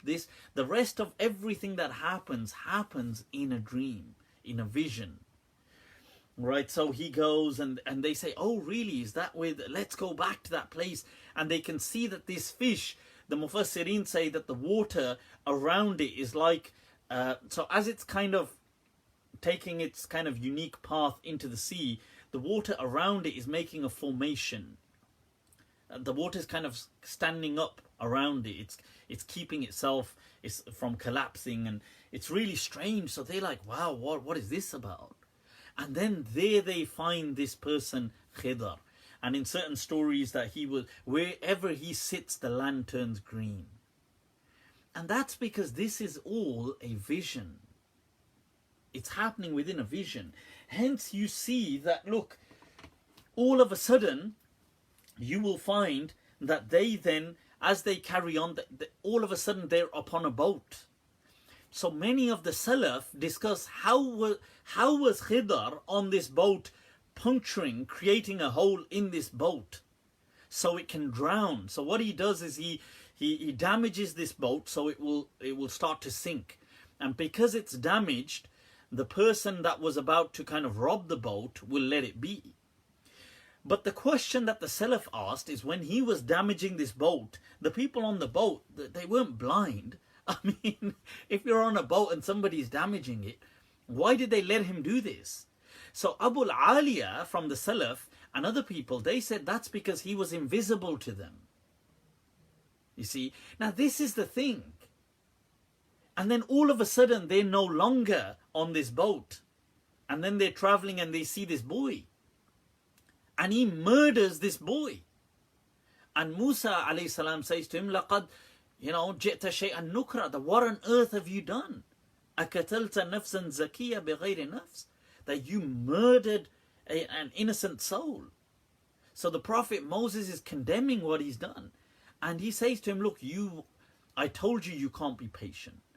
And then they go and they find a wall. All of a sudden they're at a town where this wall is dilapidating, and Khidr rectifies this wall, and he fixes it. And he asks Moses, and then Moses says to him, look, why didn't you take, these people of this village were rude to us. They didn't even offer us, because in that day and age, there was like a global custom, or especially in that regional custom, that when you went past a village, if there were strangers, you would offer them food or water. That was a custom. But these people ignored Moses and Khidr.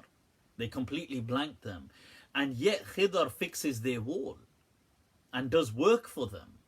And so Moses says to him, why didn't you at least charge them for this? We should have taken something from them. We worked, we gave labor to them.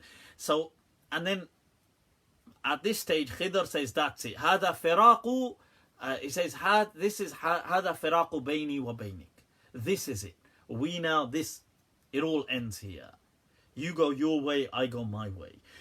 Now the question is, how were they shifting from all these paradigms? And then he tells Moses that, okay, I'll tell you what I was doing. That child was going to cause great harm, and Allah was going to replace that child with another child, and that ship was going to get robbed, and these things, and so on and so forth. The ship, that there was a king, كَانَ وَرَاءَهُمْ مَلِكٌ يَأْخُذُ كُلَّ سَفِينَةٍ غَصْبًا. That there was a king that was snatching every ship. Now the reason for this was that, you see, the reason for all of this was that there was a moral. Now a lot of the scholars in the past took this as a literal kind of reading. Now when they took it as a literal reading, they kind of got stuck, because now they had to explain a lot of what was going on. So they had to say, first of all, who was Khidr? So this became a question. So now when they said, okay, who was Khidr? Some of them said, well, first of all, was he a prophet? So this became the first kind of debate. So many people said that, oh, and this, once again, you're going to get a hell of a lot of debate and discussion going on here. So you're going to have scholars that say, okay, he was a prophet. فَقِيلَ إِنَّهُ النَّبِي. Then they say, was he a prophet sent to the people? Or he wasn't sent to any people? So they disagree once again. You're going to get people like Ibn al-Jawzi, coming from the Salaf, Ibn Abbas. There's transmissions from him, from Wahb ibn Munabbih. They say he was a prophet sent to people. That's why, because he says, مَا فَعَلْتُ عَنْ أَمْرِي. I didn't do this myself. God commanded me to do this. And God only commands prophets. So Ibn al-Jawzi took this position. Muhammad ibn Ishaq. And so they had this understanding that he must have been a prophet then. But he wasn't sent to. Imam Nawawi says, وَالَّذِي عَلَيْهِ الْأَكْثَرُونَ أَنَّهُ كَانَ نَبِيًّا. So he was a prophet. Most of the people say that. Yet you have people like Baghawi, Hafid al-Baghawi, saying that most of the scholars say he was not a Nabi. And other people challenge him for saying that. Then some people said, okay, he wasn't a Nabi, he was a wali. He was a holy person. And this is like Abul Qasim al-Qushayri in his Risala of Tasawwuf. He mentions that. Then you had another discussion. Is he somebody who lives right throughout the ages? So you have people like Imam Nawawi saying that Jamhur, majority of the scholars believe that he is still alive and amongst us. So he's like living amongst us, this soul who kind of travels amongst human beings. Ibn Salah says, huwa hayyun inda jamahir al-ulama. So he says that this is, even though Ibn Salah says, even though some muhaddithin denied this. And so you get this kind of understanding. Some people said he will then combine with the Mahdi. Khidr, the Mahdi and Jesus. They will all get together fi Masjid al-Haram on a Jum'ah. So you have these kind of stories that emerged. You had people like Abdul Razzaq al-Kashi, who was a Sufic scholar from the 8th century, who actually said Khidr was not even a real person. He was simply a symbolism, that Allah meant giving, that this kind of an expansion in the universe was symbolized by this character of Khidr. And he mentions that Ilyas alayhi salam, another prophet that is mentioned in the Quran that we don't know much about, but there's a lot of stories around, was about the kind of caving in. So these were opposites. So this was Abdul Razzaq, Sheikh Abdul Razzaq al-Kashi from about 700 years ago. Saharwardi in his book said that Khidr alayhi salam has told us 300 hadith. Haddathana, that he told him and the people in his time. Hadith that he actually heard from the Prophet. Shabash. This is So it went to this extent. And then obviously some scholars said, look, like Hafid al-Iraqi said, look, let's behave ourselves. That Khidr is not somebody who transmits hadith, okay. Now, so most people felt that, look, Khidr was a prophet. Even Imam Ghazali went that way. Right, so the whole thing, then they have all these interpretations. Why did he do these things? Why did he kill the boy? Why did God allow him to commit murder? And they said, well, oh, this was to save the family later on, because the family were going to later on really suffer at the hands of this child, so God was going to replace him. So you have all of these kind of things, and some people obviously challenged this whole thing. Certain Muslims felt that Khidr and Ilyas both are alive. These two prophets still roam the earth, and they meet every year at Hajj. Okay, so this, and that they have drank from the, what they say, shariba min aynil hayat, from the elixir of life, so they can't die. This is one of the interpretations. And some people feel that these two, Khidr alayhi salam and Ilyas alayhi salam, meet every night. They roam around the earth and they meet. And then other people challenge this. People said, look, that's not true. Ibn Qayyim al-Jawziyah said there's no such hadith that Khidr alayhi salam is alive. All these things are false. Ibn Taymiyyah took that understanding. Other people, I believe Ibn al-Jawzi may have gone that way. Ibn Kathir, they used the verse of the Quran that وَمَا جَعَلْنَا لِبَشَرٍ مِّن قَبْلِكَ الْخُلْدِ, we have never given any humans eternal life. Imam Bukhari is allegedly of this opinion that no, Khidr died. He died, and they use the hadith as an example that the Prophet said, أَرَأَيْتَكُمْ لَيْلَتَكُمْ هَذِهِ, do you see this night? There will not be a single person on the planet today that 100 years from today is still alive. Meaning that death comes over us all. So they say Imam Bukhari used that as a dalil. Then people have all these stories that, oh no, he did exist. Then they say, well, if he existed, why didn't he meet the Prophet and the companions? So then people say he did. They come up with these stories, like in the Mustadrak of Al-Hakim, you have stories Mullah Ali Qari brings that he went and gave condolences to the companions. Then people say, oh, he met the Prophet. Some people say he will live and eventually will fight the Dajjal. Then you have all these other stories of like people saying they saw Khidr, like Ibn al-Mubarak saying, especially a lot to do with the battlefield. So every time there's this kind of like they saw somebody, Ibn al-Mubarak saying, I met this person he approached my horse and he was like this, and then I saw him on the battlefield, and then I saw him here, and this was Khidr. And so basically what you have is any time throughout history, under certain ominous kind of circumstances, a kind of awe-striking figure is met. People in their folk belief felt that that was Khidr. The way the Christians kind of had this with Saint George or with other people, that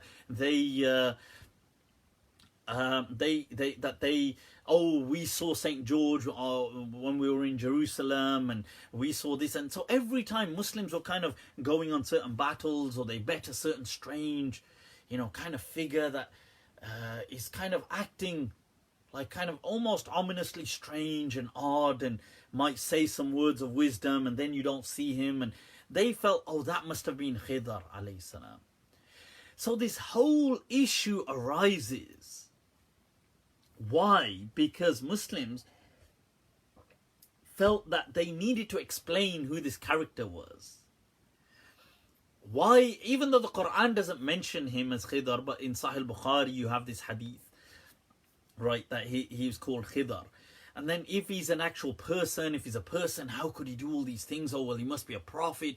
Well, if he's a prophet, was he sent to a people? No, he wasn't sent to a people, but he was instructed. So if he used to go around interfering in nature, killing people and building things and drowning ships, or with hidden kind of greater good, then does he still continue to do that? And then people felt, yes, of course, he's still alive. And in fact, he's still amongst us, as Imam Nawawi and Ibn Salah and all these people, and Suyuti and all these people felt. And the truth is, people, look, from a folklore perspective, people of all religions have kind of believed in these kind of things. It's nothing unique to that kind of Muslim folklore. You will see people in Christianity believing that saints are still kind of, these ancient saints still kind of roam amongst them. In Hindu mythology, you'll have about avatars kind of roaming around amongst people, interfering with the divine laws of nature and stuff like this. But from a objective perspective, there is no such thing as Khidr alayhi salam like that. Okay, the truth is that this was all a vision. It was all in a dream, and the reason Musa alayhi salam was shown that dream was not that vision. Was not really. It was to reinforce his own mission. You see, because the three events that took place in that dream were deeply connected to the life and mission of Moses alayhi salam. You see, Moses, in this particular dream, you will see that they embark upon this ship and they damage this ship. So something being very damaged, okay, but yet it has a greater good that will come out of this. You see, the Israelites, the way they had been damaged, the way Moses had to lead them out of their kind of calamity, this was to reinforce his mission. That can these Israelites actually make it? These people who are constantly pestering and annoying the Prophet, these people that have been damaged for generations now, that even though they've undergone this damage and they're trying to go back to this kingdom of God on earth, they're trying to head back to Jerusalem, that this has some hidden khair in it. The fact that Khidr murders this child, he didn't murder him in real life. God would never allow anybody to murder a child. That would be absurd. Because if you're going to say, well, it was for a greater good, then why not murder all the other children? Right? That doesn't make any sense. Right? Because if you're going to say, well, God murdered this child because the child was going to grow up and turn them into a kafir, well then what about all the other kafirs on earth? Why didn't God murder their children? What an absurd thing. That belief would never... You see, in Moses, in his life, he had committed accidentally murder. He had murdered a person in a fight. So it got into a fight with one of the Egyptian Pharaoh's soldiers, and he had hit him, resulting in his death, from which Moses had fled. Now this thing was always bothering Moses, that, I accidentally killed that person. And this incident, or in the vision where he was to witness that actually that did happen, yes, but there was a greater good. That because of that you fled. And because of you fleeing, a great journey of prophethood and the salvation of the Israelites began to unfold. So this was to do with Moses witnessing this murder of this child in his vision, not in reality. And as to building this wall and Moses being like kind of frustrated, why didn't you charge them? This was because Moses was fed up with the behavior of the Israelites, because they were pestering him. Even when he goes to Mount Sinai, he comes back, they've built a golden calf. What is this about? وَرَجَعَ مُوسَى إِلَىٰ قَوْمِهِ غَضْبَانَ أَسِفًا. That Moses comes back and he's angry. فَأَلْقَى الْأَلْوَاحَ. He threw the kind of tablets. That he was so angry that what on earth is wrong with you people? But Allah was showing in this vision that, look, yes, these people, the villagers disrespected them. They didn't host them well. Because Moses, you see, Moses dies before the Israelites reach Jerusalem. They don't actually enter. Moses does not enter Jerusalem. He dies before the Israelites actually make it across the Jordan River and into Jerusalem. He never sees the fruits of his whole mission. But God shows him in this vision that yes, the wall right now is dilapidated, but these orphans will grow up and beneath it is a treasure which will manifest in the great, magnificent kingdom of David and Solomon, serving and playing out to be one of the most powerful kingdoms on earth in its time. That this was a manifestation. So all of these three incidents related deeply to the life and mission of Moses alayhi salam. So this is what Khidr alayhi salam was. He was part of that vision. He's not actually a real person. And he's not actually somebody who roams around amongst us interfering in that sense. Unless you're using that term symbolically. Okay. So symbolically, I guess you could say things like that. But in Muslim folklore, many Muslims believe he is a person, he's roaming around and he's doing all these things. But that's not actually real. I mean, many Muslims might believe that, but that's not actually true. Cool, guys. I hope that made some sense. I hope it helped certain people, inshallah. Whoa, people, whoa. That's taken us way beyond certain people's bedtimes. All right, folks, with that, I think we're going to wrap it up. I hope things... somebody said many prophets have many allegations against them. Do, inshallah, let me know. I will try to respond. I do feel that Muslims, we have a duty to respond. And I feel that we should never be insecure about our faith.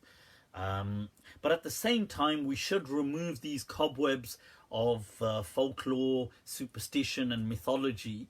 I feel we should remove them and we should be confident about our faith, but that does involve exploring certain aspects and answering them where that's necessary.